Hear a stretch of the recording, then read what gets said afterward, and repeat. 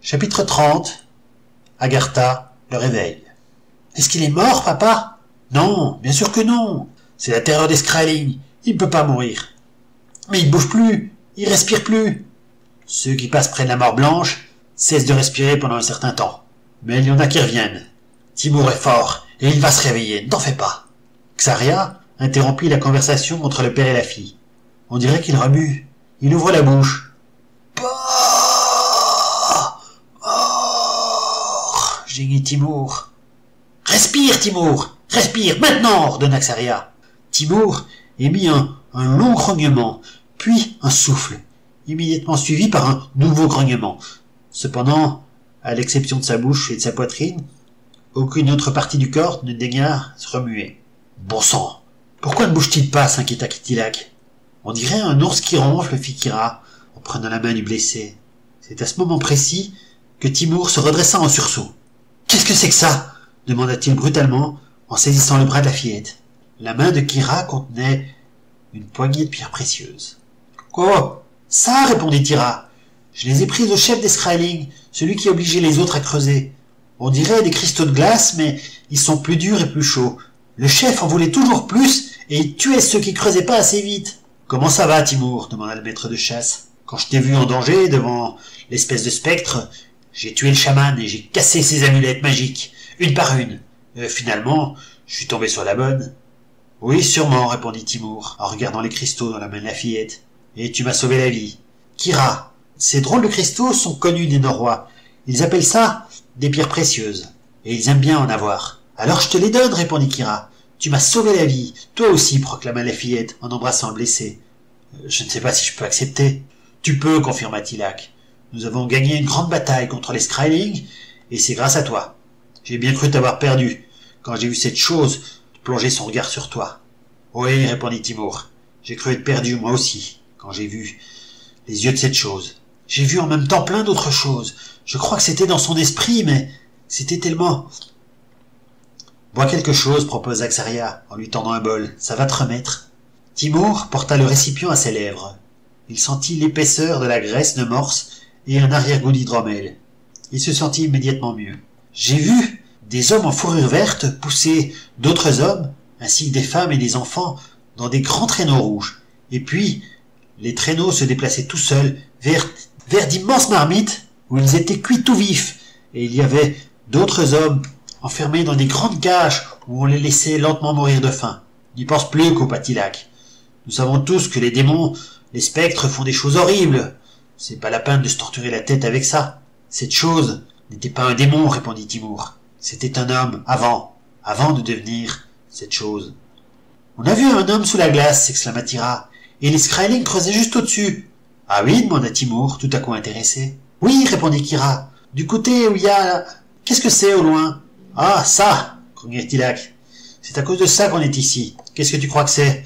Je ne sais pas, fit la fillette. On dirait une grande épée cassée prise dans la glace. Oui, ça y ressemble, confirma Tilak. Mais alors, ce serait une très grande épée. Même si on la voit d'ici, elle est en réalité très loin. Et il faudrait un homme 100 fois plus grand que moi pour s'en servir. 1000 fois plus grand que moi. Ce que tu vois, Kira, ce sont les grottes d'acier du Salab. Pourquoi est-ce qu'elles s'appellent comme ça? Parce que les égarés l'appellent comme ça. Même que c'est écrit dessus, dans leur langue. U-S-S, Alab. Ils ont mis les premières runes en grand pour qu'on puisse les voir de loin. Le grand-père de Xaria, le père de Timur, sont sortis de ces grottes. D'abord, il n'y avait rien, puis les grottes ont surgi de la glace, et les égarés étaient à l'intérieur. Des centaines d'égarés. Rien n'avait changé sur le lieu qui venait de connaître le plus grand massacre de Skraeling des terres des glaces. Xaria et Tilak s'étaient contentés de mettre sur le côté les corps des Skraeling et de dégager l'endroit où ils avaient commencé à creuser, une vaste cavité. C'est là que Tilak guida Timur encore chancelant. « On voit pas grand-chose, fit-il. Vous êtes sûr qu'il est là? »« Mais oui, regarde, exclama Tira. La forme noire, c'est un humain, comme les Norrois, comme les égarés, même qu'il porte le même costume que Malcolm pendant les grands jours. C'est vrai, je le vois maintenant, confirma Timur. Et c'est une tenue qui ressemble à celle de mon père, en effet. La même tenue que les hommes que j'ai vus dans les yeux du spectre. Alors tu as juste rêvé, coupa Tilak. Tu étais gravement blessé, et dans ton délire tu as vu des hommes habillés comme ton père. Personne ne pourrait faire ce que tu as décrit. Ni les hommes, ni les démons ne seraient assez. Et soudain il éclata de rire. Tu veux que je te dise, Timur, reprit-il. Je crois qu'il y a des drôles de choses dans ta tête. Je crois moi aussi que tu as rêvé, acquiesça Xaria. Papa, depuis combien de temps il est là, demanda Kira. Tu crois qu'on peut le réveiller? Il faut beaucoup d'années pour que la glace devienne aussi dure, estima Tilak. Beaucoup, beaucoup d'années. Je crois qu'il est arrivé en même temps que Malcolm et les autres égarés. Comme il ne connaissait pas les dangers de la banquise, la glace a cédé sous son poids. Tu veux dire que s'il n'était pas tombé? S'il n'était pas tombé, poursuivit Tilak, nous l'aurions trouvé en même temps que les autres. Il aurait fait partie de la tribu, et peut-être que ses fils seraient avec nous, avec Timur. En tout cas, il serait très vieux maintenant, aussi vieux que Malcolm. Il faut qu'on parte, demandait Timur. Cet endroit est lugubre. Sur ce point, ils étaient tous d'accord. Seule Kira, encore inconsciente du danger auquel elle venait d'échapper, aurait voulu rester, pour voir si on pouvait sortir l'homme de la glace.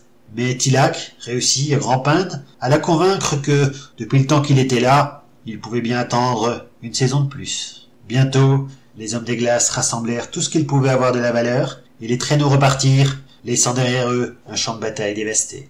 Et à 30 mètres sous le niveau de la glace, un caporal de la Kriegsmarine serrait encore entre ses doigts une émeraude étincelante. Épilogue. Je suis allongé sur le dos. J'ai mal à la tête, surtout du côté gauche. Je crois bien que je suis mort. À tout hasard, j'ouvre les yeux pour vérifier. Le soleil me brûle. L'œil droit, je le referme aussitôt. L'œil gauche, ça va. J'arrive plus à l'ouvrir. Il faut que je m'habitue. Comment tu vas, Guthrum? Je reconnais cette voix. Snarzog. Combien de temps suis-je resté inconscient? J'en ai pas la moindre idée, mais quand je pense que je suis resté allongé et sans défense, avec cette vipère lubrique pour seule compagnie, j'ai juste envie de vomir. Je me redresse, en gardant l'œil fermé. Jusqu'à ce que je sois assis, je le cherche du regard. J'aime pas ça. Il me sourit d'un air amical, et il me tend un morceau de viande. Mais bon, j'ai faim, alors je mange. C'est une main. Je me demande si c'est pas celle de l'or. Merci, que je lui dis. Pourquoi tu t'es donné tant de mal pour me sauver? Il faut qu'on rentre au pays, répond-il, et j'ai besoin de toi. Pour une fois, il me donne envie de rire, tiens. Évidemment que t'as besoin de moi. T'as jamais été très dégourdi, hein? Non. Mais toi, tu es un puissant guerrier, et bientôt tu seras le chef de la horde.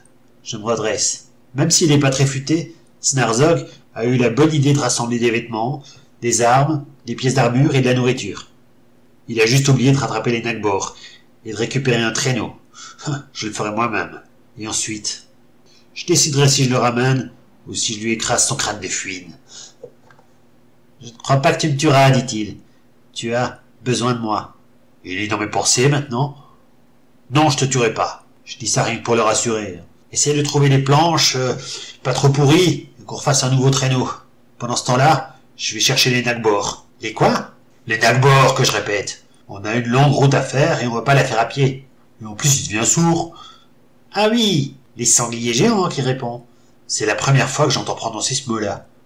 Il me faut 1 heure pour récupérer 3 Nagbor et un sac de lichen. Juste assez pour les nourrir jusqu'à la toundra. En me voyant revenir, Snarzog grommelle quelque chose dans sa barbe. Qu'est-ce que tu racontes? Je me parle à moi-même, Guthrum. Tu comprendrais pas.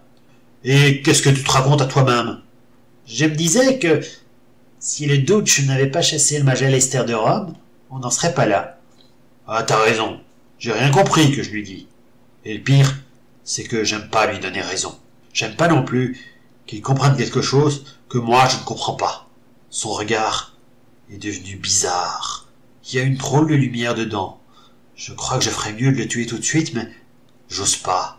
Il me fout vraiment la trouille.